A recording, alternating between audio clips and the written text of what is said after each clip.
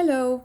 Now that I have slightly enhanced my document to make things slightly look better and a little bit more detailed, I have to start setting my views and I have to start looking into my renders.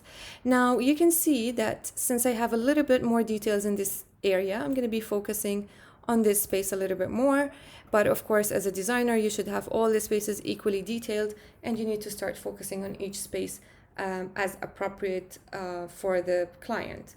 So before I start deciding or before I start choosing my viewports and what camera angles I'm going to be using for my render, a little piece of advice is always try to represent how your audience will experience the space whenever they're actually inside it in reality. For that, we usually don't, or we almost never choose a high viewport, just like what you see right here in my perspective. This is too high, and normally people don't experience the space from this angle. Neither do they experience it from a very low angle, say like this. So unless you're trying to be artistic or you're trying to show a specific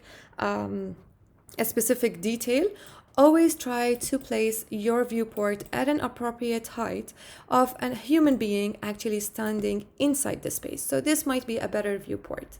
Now also looking at this angle, you can see that this little angle at the very right hand side is pretty annoying. So I'm just gonna have to move my camera so that it looks a little bit more interesting for the viewer to look at. Now, of course, if I had more furniture and more details into my space, that would also add more interest into the space and it will help me define a better location for my camera. Right now, since this is the most detailed, I'm looking all around, everything looks good, with one exception. The ceiling is not there.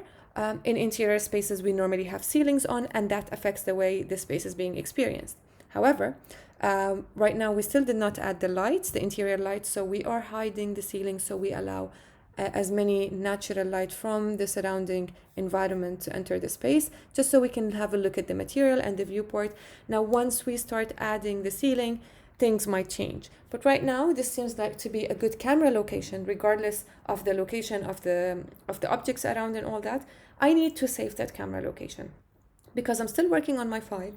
I still need to zoom in and out, and I need to be able to get back to this particular view. To do that, I'm just gonna click on this little arrow here next to the perspective viewport title, and I'm gonna scroll down to set view. Now you can see that those are all the default camera locations or viewports.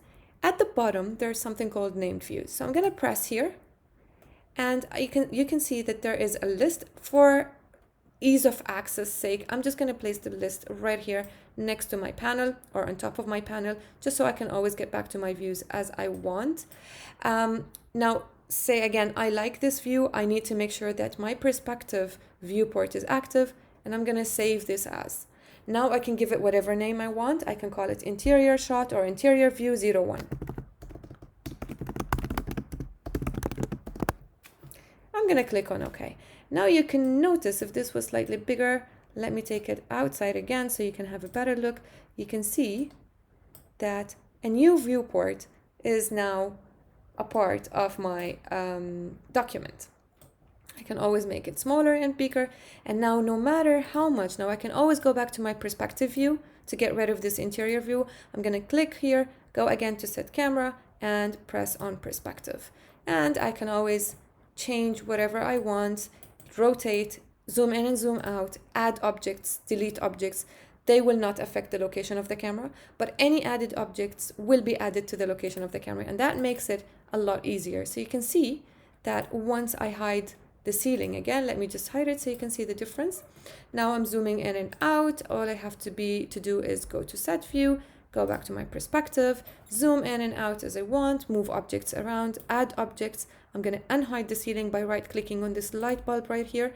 And you can see that once I want to go back to my perspective or to my, interior shot or interior view, all I have to do is double-click on this icon here. If you did not dock this in and you've lost your window, you can always go back to this arrow again, go to set view and choose interior view 1.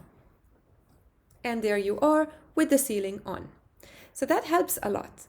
Now, another tip that might be helpful is whenever you press on this arrow and you don't want to keep rendering all the time, and you want to have a better look at what items and how the lighting is going to look like, or how that material is going to look like from every angle until you find the perfect angle, all you have to do is press on ray traced.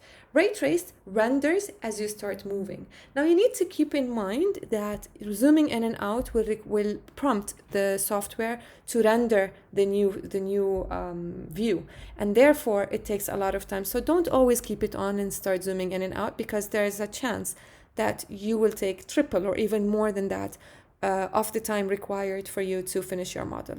So just have a look at how your render is going to look like, and once you're done, always go back to either shaded, rendered, or ghosted.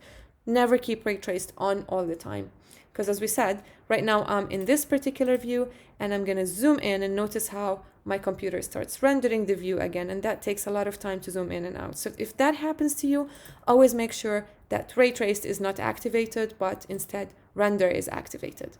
In the next tutorial, we're going to discuss a few of the render settings that we might need to change whenever we want to end up with a final render. So please keep watching.